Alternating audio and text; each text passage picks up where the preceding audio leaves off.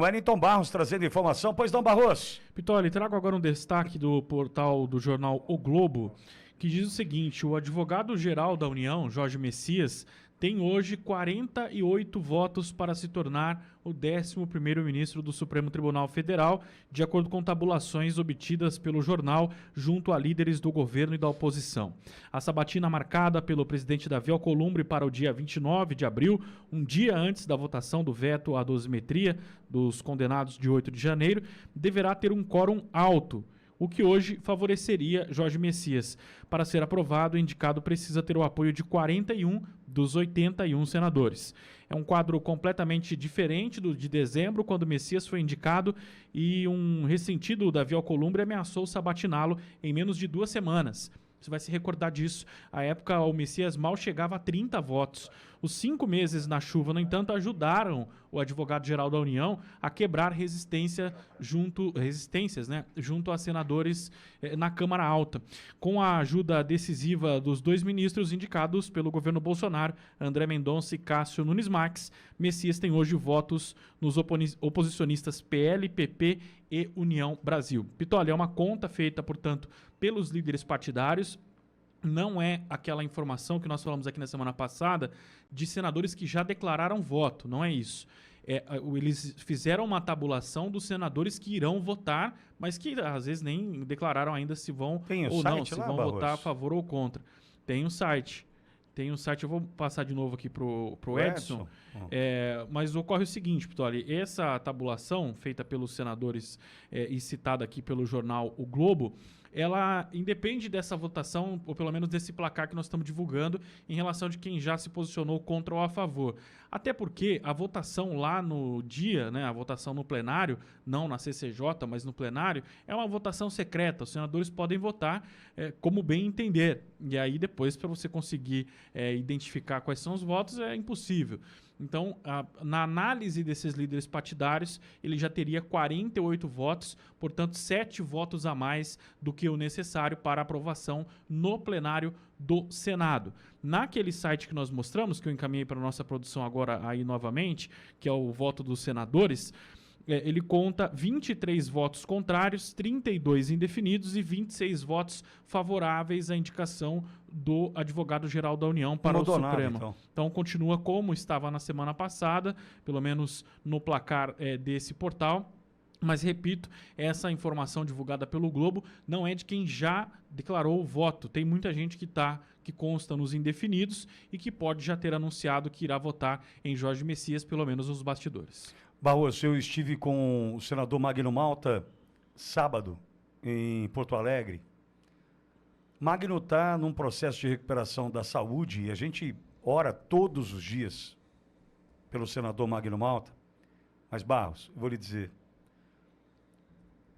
quando ele fala da aprovação de Messias, mas fala com uma tristeza, sabe, com um aperto, você vê o Magno Malta incomodado, e que muito provavelmente, desejo eu na sabatina, e certamente fará, conhecendo um pouco desse meu amigo querido, senador Magno Malta, vai lavar nossa alma na sabatina.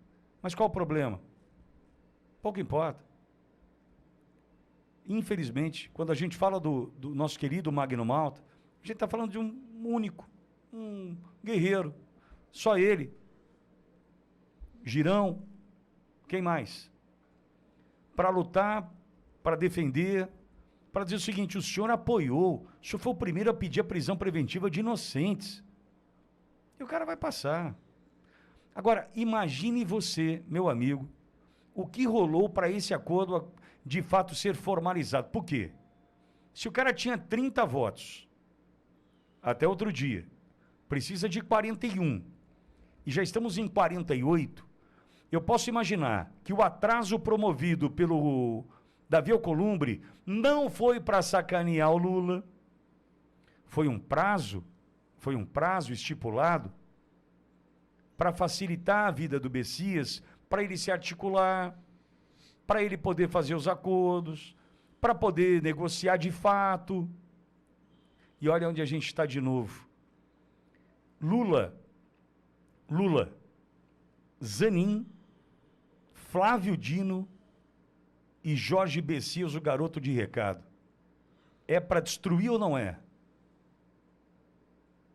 O Lula, que disse que não havia nada de questão pessoal relacionada à escolha de um ministro do Supremo, entrega o Brasil desse jeito. Lula, que escolhe o seu advogado, o mais comunista e o seu garoto de recado. É assim que se destrói a imagem de uma instituição.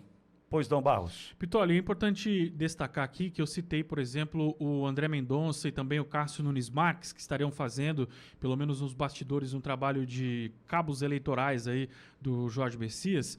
Agora aparece também o Gilmar Mendes. Ele fez uma publicação ontem nas redes sociais, é extensa, não vou ler toda, mas ele ressalta aqui a trajetória do serviço público de Jorge Messias e destaca que ele exerceu funções de elevadas responsabilidades junto a órgãos. Agora, chama a atenção, Pitoli, uma informação de bastidores que circulou nesse final de semana, de que esses ministros estariam pedindo voto, pelo menos o André Mendonça, no caso, pedindo votos ao Jorge Messias, porque, segundo o ministro, o Jorge, ele, por ser evangélico, né, ele é da Igreja Batista, ele seria um ministro, uma indicação para o Supremo, que votaria contra pautas como ideologia de gênero, liberação das drogas. O cara mandou prender inocente, Barros. Exatamente. Essa é a avaliação, pelo menos, do André Mendonça que planeta nos vive bastidores. André... E o André Mendonça, segundo essas informações de bastidores, e aqui não é coisa nossa, inclusive até divulgada pelo portal do Globo, ele estaria trabalhando junto à bancada